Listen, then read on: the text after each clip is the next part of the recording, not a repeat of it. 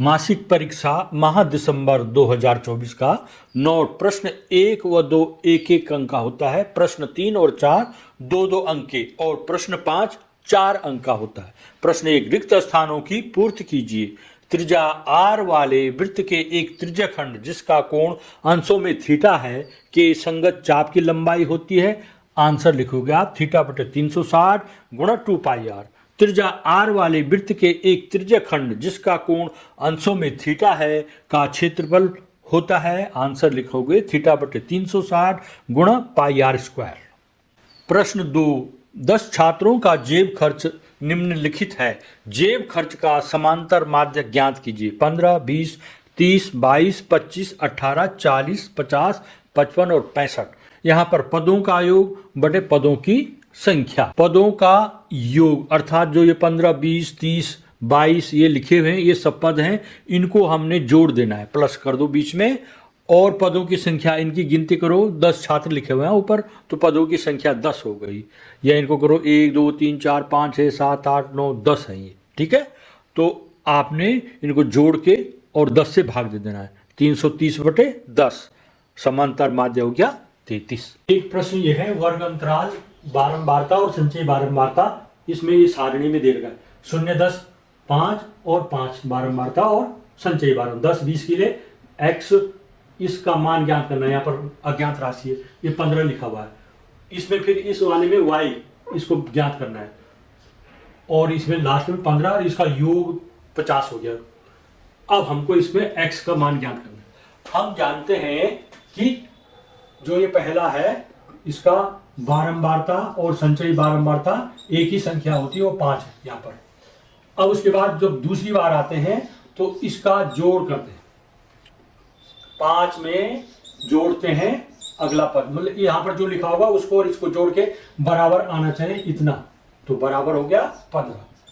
अब इस समीकरण से हम इसको हल कर सकते हैं, x का मान निकाल सकते हैं। x बराबर ये 15 है, ये 5 यहाँ पर है, इसका पक्षांतर कर दीजिए।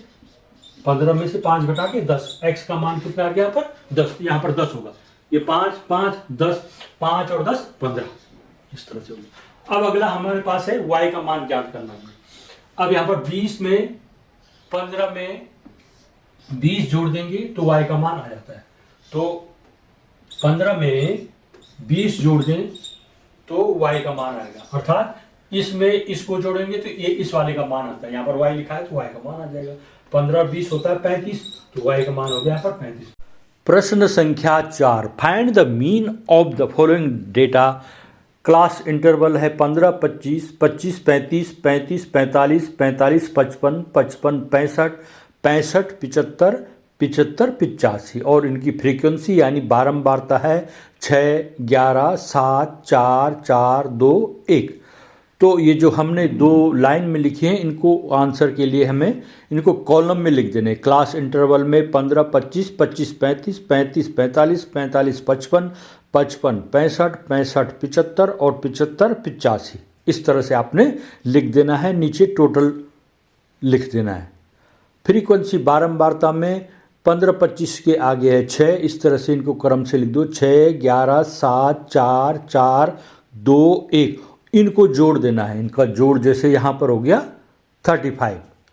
अब इनका मध्य बिंदु किसका लेना है, जो वर्ग अंतराल है 15, 25 उसके बीच का पॉइंट लेना है। 15 और 25 को जोड़ देना है। इसको 15 को निम्न सीमा बोलते हैं, 25 को उच्च सीमा। इन दोनों को जोड़ देना है और इसका आधा कर देना है। 15 और 25 जोड़ के 40 हो गया, 40 का आधा 20 लिख देना है पे। 25 और 35 जोड़ के 60 हो गया, उसका आधा कर देना है 30। 35 और 45 जोड़ के 80 हो गया, उसका आधा कर देना है 40। 45 और 55 जोड़ के 100 हो गया, उसका आधा कर देना है 50। 55 और 65 जोड़ के 120 हो गया, उसका आधा 60। 65 और 75 जोड़ के 140 हो गया, उसका आधा हो गया 70।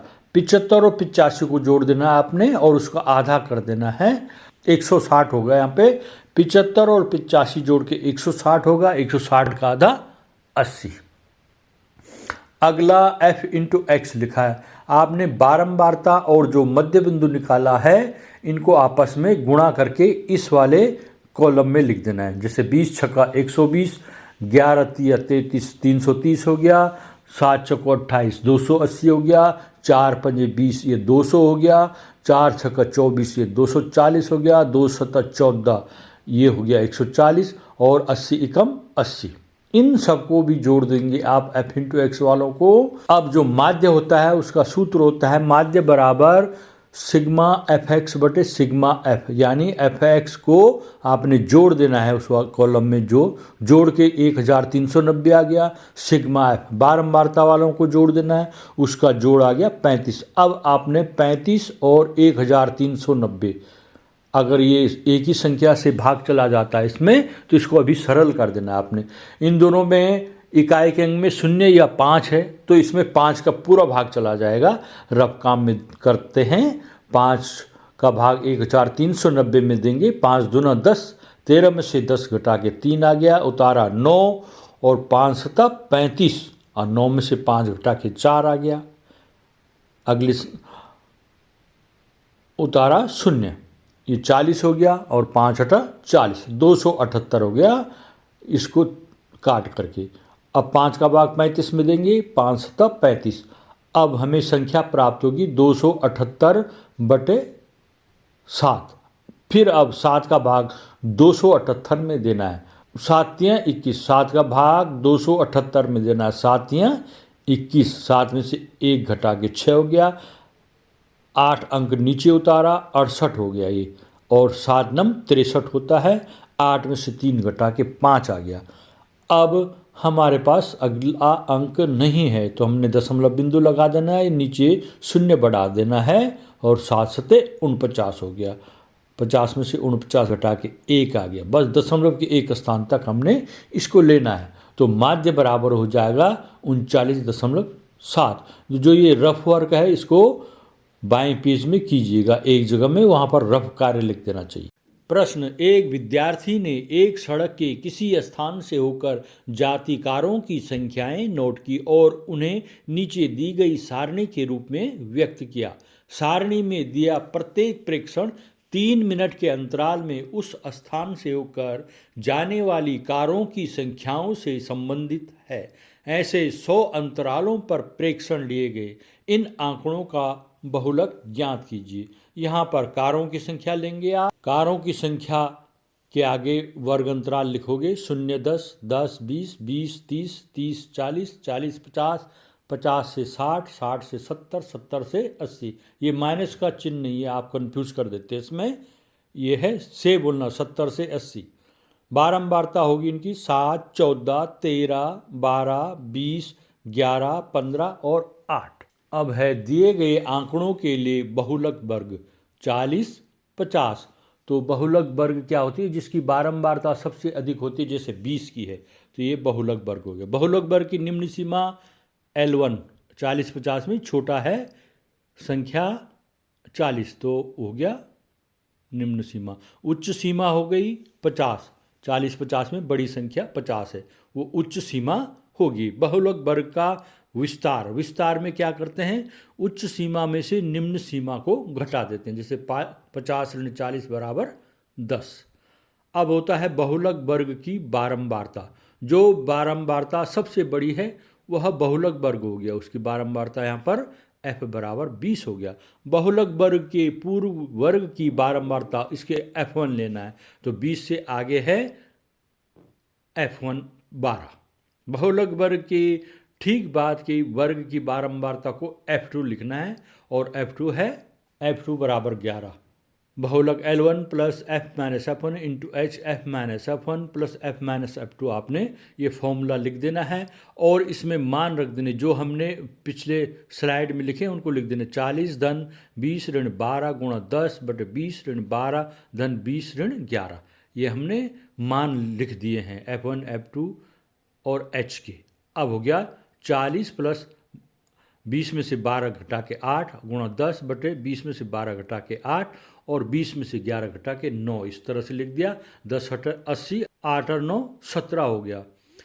अब 17 का भाग आप 80 में देंगे, 17 का भाग 80 में देंगे, 17 चकू 68 हो गया।